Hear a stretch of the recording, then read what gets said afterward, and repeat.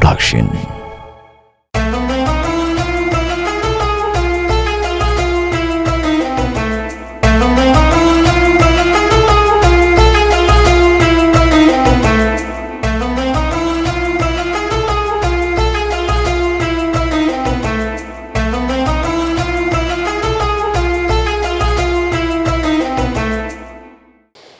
ያላህ ሰላም ዝነቱና በረከቱ በእናንተ ላይ ሆኖ ወደ ተመልካቾቻችን እንሆ የዛሬው ሐሳቤን ላንሳ። ዛሬ ሰባተኛው የረመዳን ቀን ላይ ያለነው። በዚህ የረመዳን ጀው ውስጥ ደግሞ ብዙ ጊዜ ሙስሊሞች ዘካን ወደ ረመዳን ያስገቡታልና ከዘካ ጋር ያሉ ሐሳቦችን ለማንሳት ነው። ዘካ በመሰረቱ አላህ Subhanahu Wa Ta'ala ለባሮቹ አምኖ የሰጣቸው ብር ነው። በዛ በግል ብራቸው ውስጥ ያለ የሰው ሐቅ ነው። አላህ ስላመነው ወይም ደግሞ እኛን ስላመነን የሰጠን ብር ነው። ያንን ብር ለሚገባው አካል ማድረስ ደግሞ እንግዲህ የአማና ተቀባዩ ኃላፊነት ይሆናል። እውነት አላህ Subhanahu Wa Ta'ala የሰጠንን ብር አማናውን በትክክል የምንወጣ ከሆነ ንብረታችንን በትክክል ሂሳብ ሰርተን ትክክለኛውን ዘካ የማውጣት ኃላፊነት እኛ ላይ ነው ያለብን። ለዛ ነው ዘካ ከትርጓሜው ጀምሮ ራሱ ዘካ መስጠት አይባልም፣ ዘካ ማውጣት ነው የሚባለው። ምናወጣው ከንብረታችን ውስጥ የሰው ንብረት ስለተቀላቀለ የሰው ንብረት ነው ምናወጣው። ለዛ ነው ዘካ ማውጣት የሚባለው። ዘካ መስጠት ቢሆን ልክ ሰደቃ እንደመስጠት ከራሳችን ላይ ቆርጦ እንደመስጠት ልናስበው እንችላለን። አላህ Subhanahu Wa Ta'ala ዘካን አውጡ ነው ያለው። ከንብረታችን ውስጥ የተቀላቀለ የሰው ንብረት ስላለ ያንን በታማኝነት ማውጣት፣ አላህን ፈርቶ ማውጣት ማለት ነው። ምናልባትም ደግሞ ሸክ የሚገባን ከሆነ ጨመር አድርጎ መስጠት እንጂ መቀነስ ጋር ልባችን ቀጥል ላይ አይገባም የሚል ሐሳብ ለማንሳት ነው። በአጠቃላይ ግን ስለ ዘካ ብዙ አይነት ህጎች አሉት። እሱን በየአካባቢዎቻችን ካሉ መሻይኾች የምንጠይቀው ሐሳብ ሊሆን ይችላል። ስለ ዘካ ወጣት ከምን ያህል ይወጣል የሚሉና ተያያዥ የተለያዩ ሐሳቦችን ምናልባት እየጠየቃችሁ ኮሜንት ስርም ካስቀመጣችሁ ተያያዥ የሆኑ ሐሳቦችን ወደ እናንተ ማድረስላችሁ ይሆናል ኢንሻአላህ። ነገር ግን የኔ የትኩረት አቅጣጫዬ የዘካ አሰጣጥ ላይ ነው። አላህ Subhanahu Wa Ta'ala ዘካ ሙስሊሞች ወይም ደግሞ ብር ያላቸው ባለሀብቶች ዘካ እንዲያወጡ ሲያደርጋቸው ምስኪኖቹን ወይም ደግሞ ድሆቹን ከድህነት የሚያወጣ እንጂ ድሆቹን ድሃ የሚያደርግ ሲስተም አይደለም ዘካ። አሁን በመንሄደው አካሄድ ዘካችንን ቆራርጠን 200 500 እያደረግን ድሆችን ዘንድሮ የሚቀጥለው አመት ከዛም ቀጥሎ ያለው አመት በራችን ላይ እንዲሰለፉ እያደረግናቸው ነው። ይህ የእስልምና አስተምሮት አይደለም። በእስልምና አስተምሮት ውስጥ ድሆችን ድሃ የሚያደርግ ሲስተም የለም። የዘካ ሲስተም ጋር ተያይዞ የእስልምናን ታሪክ ስናይ ዑመር ኢብኑ አብዱል አዚዝ ዘመን ላይ የሚገርም ፍትህ አድል የነበረበትን ዘመን እናያለን። በሱ ጊዜ እንግዲህ ዘካ የሚቀበል ታጥቶ እስከ ሳውዝ አፍሪካ ድረስ መጥተው ዘካን የሰጡበት ሁኔታ ነበር። የሚቀበላቸው አጥተው ማለት ነው። ምክንያቱም የዘካ አወጣጥ ሲስተሙ በተስተካከለ ቁጥር ድሆችን ከድህነት የሚያወጣ አይነት አሰጣጥ እስከ ሰጠን ድረስ ያኛው ሰው በሚቀጥለው አመት ዘካ የሚያወጣ ሰዎች ተርታ ላይ ይመደባል ማለት ነው። አሁን ላይ እያደረገን ያለነው በጣም ለብዙ ሰው መድረስ እንፈልጋለን፣ በጣም ሰጡ እንድንባል እንፈልጋለን። ሲቀጥል ደግሞ ምን ሰጣው አማውንት በጣም ያነሰ ነው የሚሆነው። ስለዚህ ብሩ ለምሳ መብያ ብትን እንደተደረገ አይነት ነገር ተበትኖ ይቀራል ማለት ነው መሃል ላይ። አላህ Subhanahu Wa Ta'ala የፈለገው ግን ድሆችን ከድህነት የምናወጣበት። ምናልባት እዚህ ላይ የሚነሱ የተለያዩ ሐሳቦች ይኖራሉ። በዘካ ወጣት ሲስተም ውስጥ መስራት የማይችሉ ካልጋ ቁራኛ የሆኑ ወይም ደግሞ ሽማግሌዎች ሊኖሩ ይችላሉ። የአመት አስቤዛቸው የሚሸፈንላቸው አይነት ሰዎች።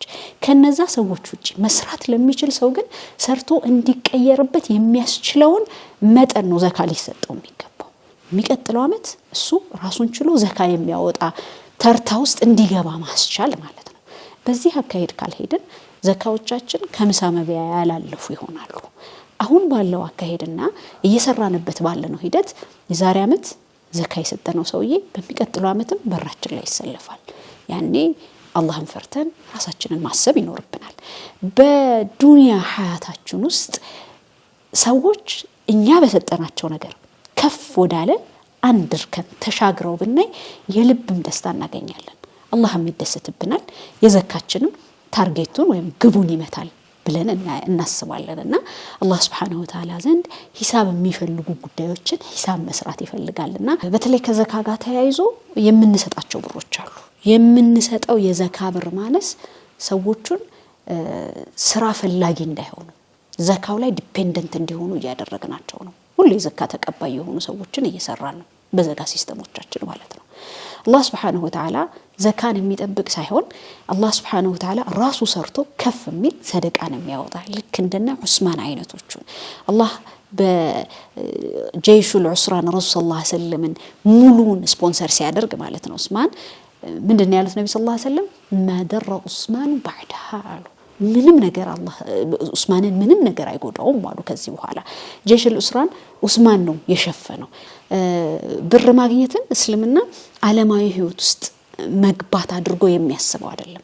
አላህ በየእስልምና እርከን ውስጥ ስናይ ረሱል ሰለላሁ ዐለይሂ ወሰለም ከመምጣታቸው ጋር ተያይዞ ያለው ስቴፓቸውን በአጠቃላይ ስናይ ከብር ጋር የተያያዙ ጉዞዎች ነበሩት ረሱል ሰለላሁ ዐለይሂ ወሰለም ወደ ነብይነት ሲመጡ የኸዲጃ እጅግ ረብጣ የሚባሉ ዶላር ብለን ልንለው በመንችለው ልክ እጅግ የበዛ ብሮች ነበሩ ነብዩ ሰለላሁ ዐለይሂ ወሰለም የመካ የኸዲጃ ቅፍለት ሲገባ አቧራ እስከሚሸፍነው ድረስ ያ ንብረት ሁሉ ለኢስላም ብሏል ብር እስልምናን ሰፖርት የሚያደርግበት የራሱ መንገድ አለውና ብርን መሰብሰብ በሐላል እስከሆነ ድረስ አላህ Subhanahu Wa Ta'ala በሚያወድሰው በፈለገው በፈቀደው መንገድ እስከሆነ ድረስ ልክ ነብዩ ሰለላሁ ዐለይሂ ወሰለም እንዳወደሱት እኛም እናወድሰዋለን ልክ ከዚህ በኋላ እንደ ዑስማንን ምንም አይጎዳውም ብለው እንዳሉት በሰደቀው ጀይሽን ዑስራን ባስታጠቀው ልክ ማለት ነውና ብራችን ዘካ ማውጫችን ብቻ አይደለም ጀነት መግዣችንን ማድረግ እንችላለን ነውና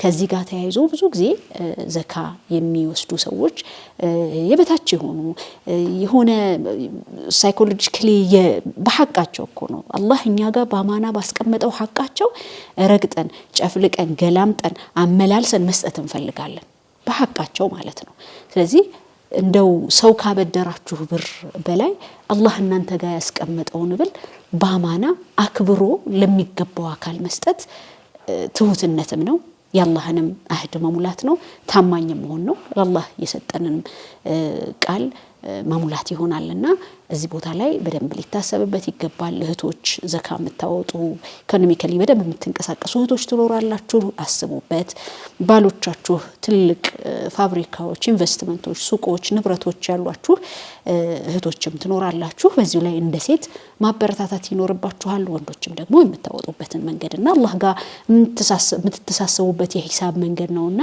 ለትረሱት አይገባም ነው እንግዲህ የዚህ ሳምንት ሐሳብ ይሄንን ይመስላል የረመዳን ጥቅሎችን እንግዲህ ተወሰነ ሐሳብ ሰጣችኋለሁ ያ ሐዩ ያ ቀዩም برحمتك استغيث يا حي يا قيوم برحمتك استغيث يا اللهن ود سموች يا حي يا قيوم ብለን የአላህን ውድ ስሞች እየጠራን برحمتك استغيث ባንተ በረህመትህ በእዝነትህ እታገዛለሁ እረዳለሁ ብሎ ማለት ነውና ይህን ዱዓ እንግዲህ የአላህን ውድ ስሞች ሌሎችንም ውድ ስሞች የአላህን ውድ ስሞች እየጠራን በአላህ ረህመት እንደምንታገዝ አላህ ጋር መማፀን መዋደቅ ዝቅ ማለት ይፈልጋል ነው አላህ Subhanahu Wa Ta'ala የሚወዱትን ወደሱ የሚዋደቁትን ጭንቅ ላይ ችግር ላይ ያሉትን ሰዎች ለመስማት እጁን ዘርግቶ የሚጠብቅበት ሰዓቶችን ልንመርጥ ይገባል ነው